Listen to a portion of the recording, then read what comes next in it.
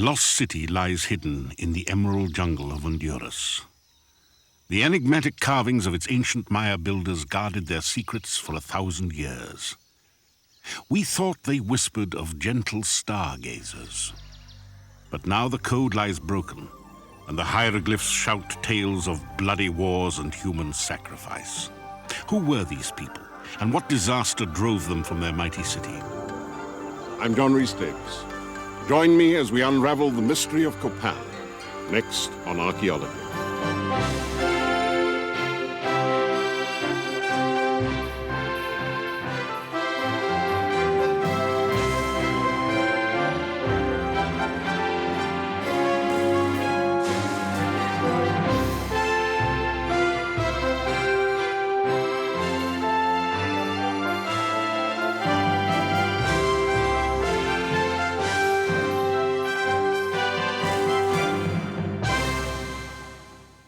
In 1839, lured by rumors of a fantastic lost city, American explorer and diplomat John Lloyd Stevens hacked his way into the thick mountain jungles of Honduras.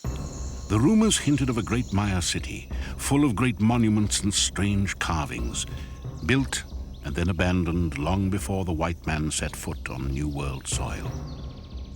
But even the tall tales he had heard could not prepare Stevens for the ghostly presence that loomed up before him.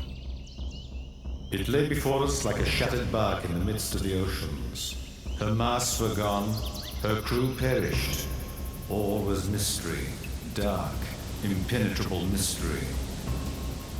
What sophisticated race had built the elegant city which lay before him, still nearly intact? Where had they gone? Most perplexing of all were the strange, chaotic carvings that adorned the temples. Were they some sort of language? But here, as at other Maya ruins, their mystery remained impenetrable. The carvings defied translation, just as the pyramids resisted explanation. Stymied scholars resorted to imagination, sketching a picture of the Maya as a peaceful, contemplative people thriving under the watchful eye of wise astronomer priests. The scholars were wrong, dead wrong. Today's archaeologists working in the jungles of Central America have come to know a quite different Maya. They've cracked their code, and the ancient peoples have found their voice again. In the once mighty city of Copan, hieroglyphs speak of war, blood ritual, and human sacrifice. Who then were these people? And what apocalypse brought their great dynasty to its knees?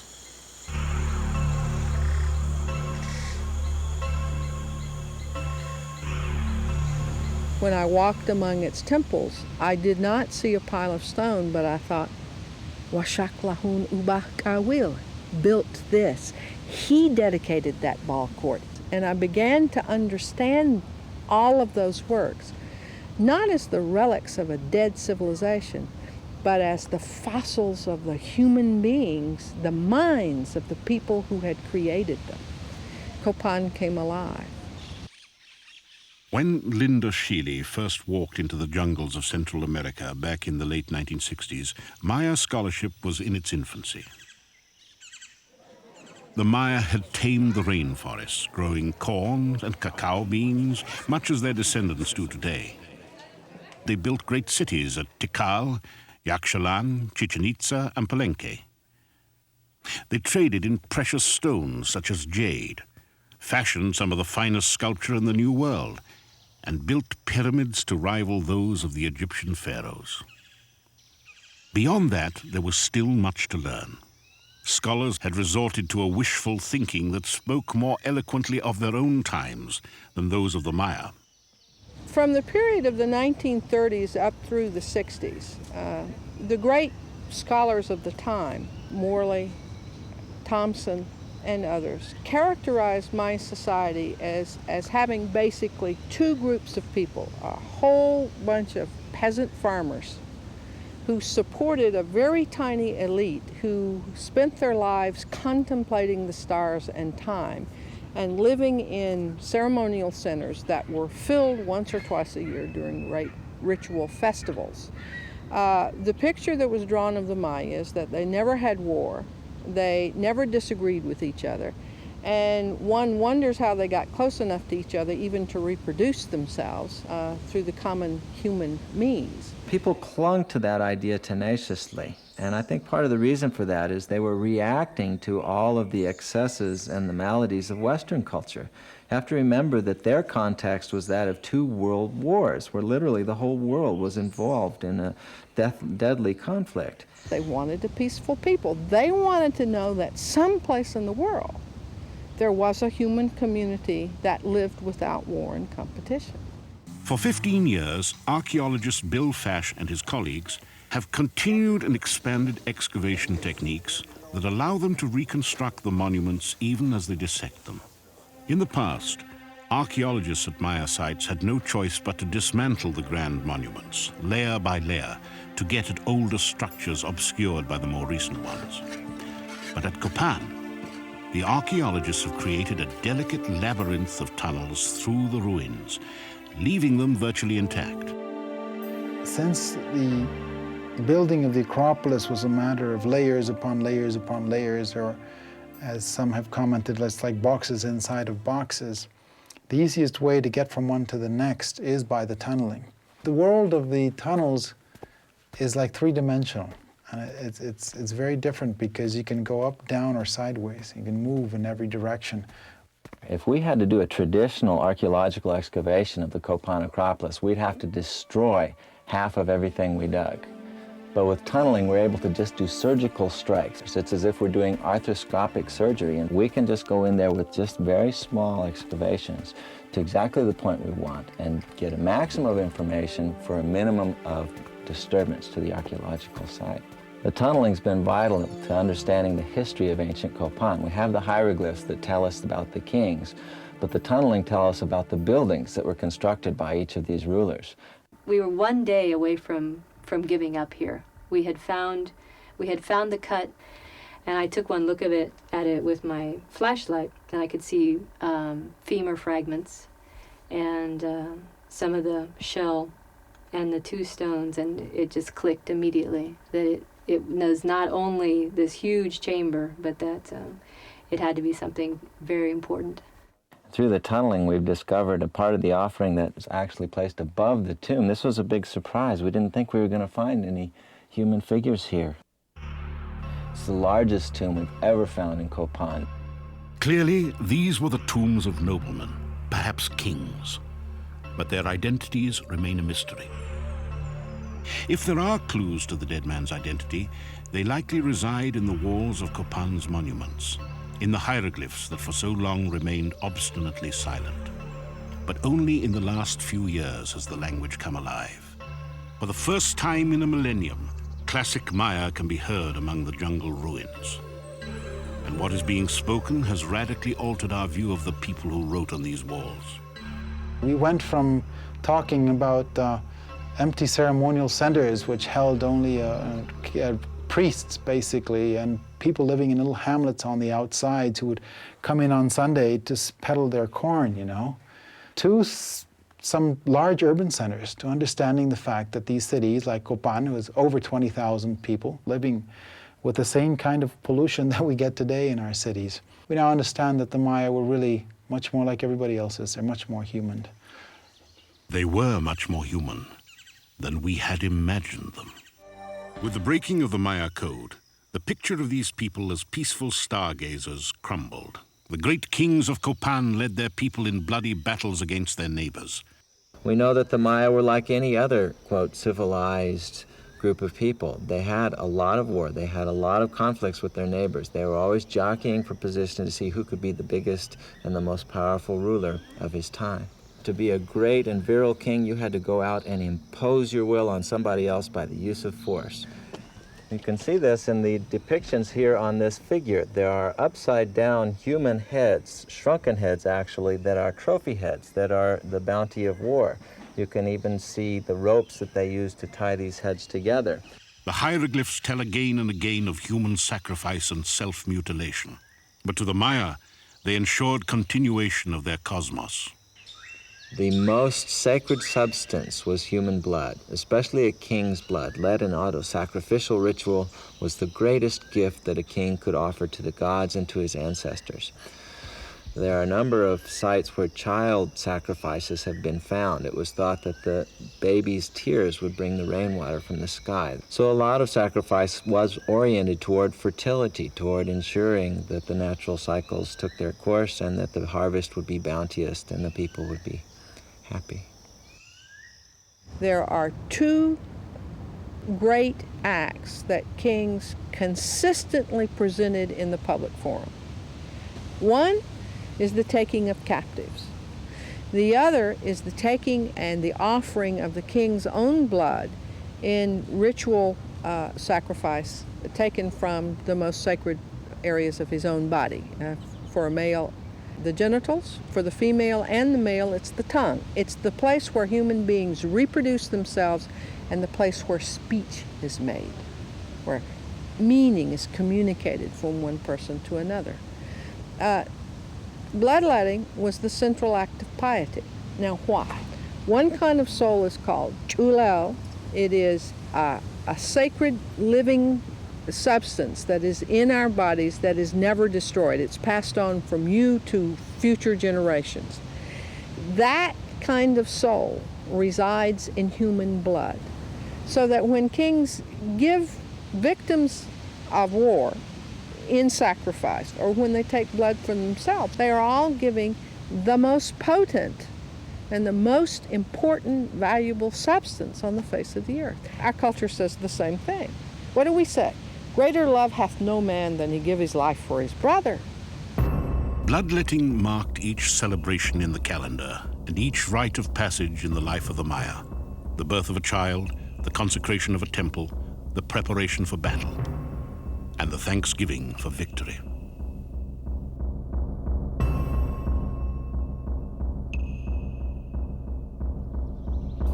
Even Maya sport was fraught with cosmic importance. Copan's magnificent ball court, one of the best preserved in the Maya world, witnessed intricate morality plays in the guise of athletic competition. The ball was seen to represent the passage of the sun in the sky, and much of the ball game was oriented toward ensuring the safe and timely passage not only of the sun through the sky, but of the moon and the planets and so forth. The ball game is the fundamental metaphor of what life was. In this myth, two hero twins go to the other world. There, they confront the lords of death. Disease, starvation, warfare, all of the confrontation is played out in the ball court. The king dressed up to play ball, embodying the forces of good, and he faced players who were dressed up to embody the forces of evil. So that when the king would defeat those people, he was in fact defeating all the things that could hurt his people. In this competition of life over death, the losers sometimes paid the ultimate price. Oftentimes there are very clear depictions of the sacrifice of ball players. In fact, sometimes they even bind the losers up as a ball and show them being rolled down steps just like these. So we do know that some people were sacrificed in order to ensure the victory of the forces of good ended in the sacrifice of a loser. For hundreds of years, the blood pact between the kings of Copan and their subjects seemed to have stood them in good stead. Copan flourished. By 600, Copan and her sister cities were unrivaled centers of art and learning. From among the 15,000 works of Copan art collected here in the last decade, art historian Barbara Fash finds the works created during 18 Rabbits' reign particularly beautiful.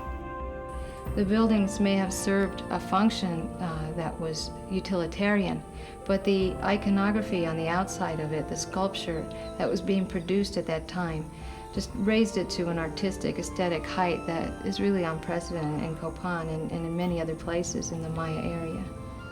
In the history of the Renaissance, not very many people know the name of the Pope Julius, but Julius was the man that commissioned Michelangelo, Raphael, and Leonardo to leave us one of the greatest artistic heritages of the West. 18 Rabbit was the great patron of Copan, and he hired, commissioned, and gave the room to work to some of the greatest artists the Mayas ever had. 18 Rabbit ruled for 43 years. His sculptures, replete with themes of fertility and abundance, speak of a period of peace through strength, giving no hint of the disaster to come. 18 Rabbit is in the guise of First Father, the maize god, and he is the creator of the universe. He and his wife, who was the moon and First Mother, wear the netted skirt. That whole myth is contained in the life cycle of a piece of a maize tree. The little seeds that are put in the ground are called skulls and little bones. And when the maize tree sprouts from the ground, it's the rebirth of the maize god, and it's the rebirth of humanity, because that is the last act before the creation of this universe. In 738, an aging 18 Rabbit set out on one more conquest to do away with a troublesome neighbor. He was captured and beheaded, an earth-shattering blow to his people.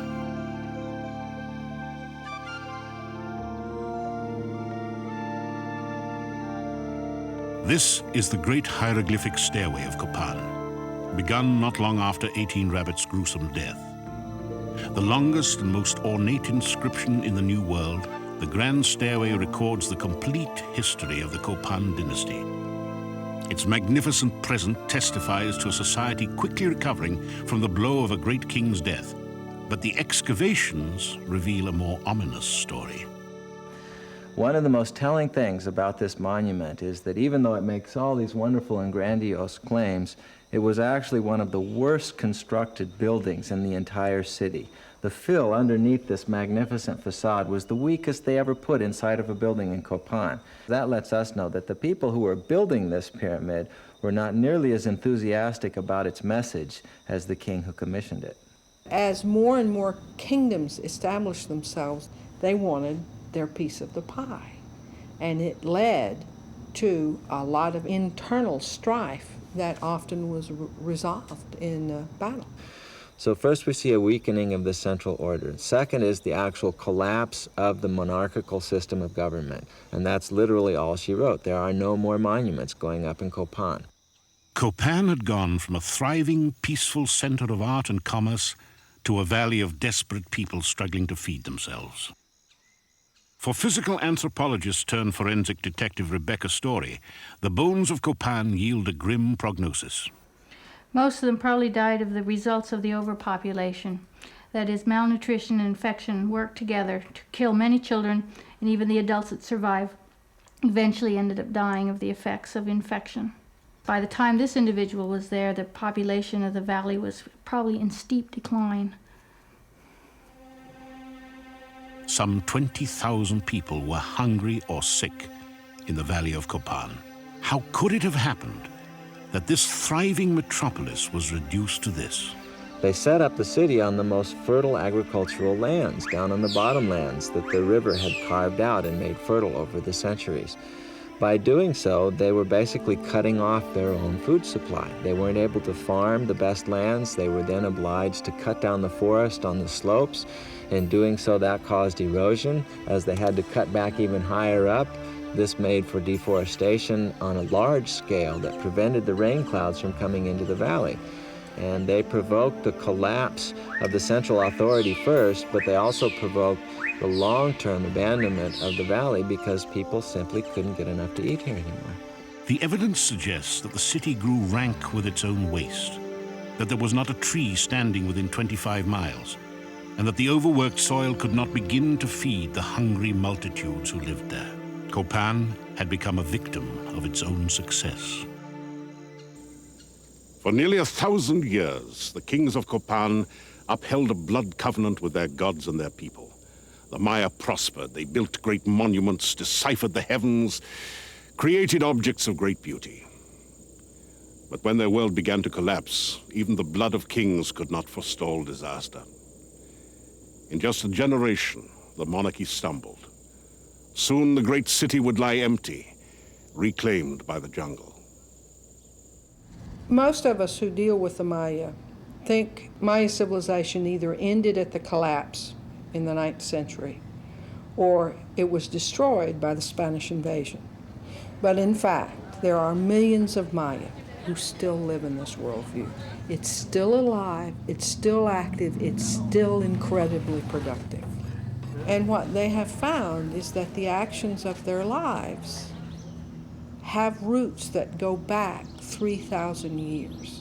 And for a people who have been told that they are the ersatz leftover folk Catholic product of a European power, and that they have no value in themselves and they have no history, to have the glyphs put back in their hands is a miracle. And they say it is. Today, with the hieroglyphs pouring out their stories, Copan is yielding a rich human history. It's important to recognize and absorb the fact that one of the oldest, continuous, and most detailed written histories of the human species is Maya, and it is written on those stones. You feel attached to the bones that are here, you know, you feel attached to the monuments that are here. They're ancestors, you know. They're still a part of our history, you know, and we're not excavating somebody else's, we're excavating our own history. This is of significance to our own people. It's unraveling the roots of our nation. I was only going to be here for a year, and I've been here 15, so to say how long, I think I'm going to stay for a long time. Copan is in my blood.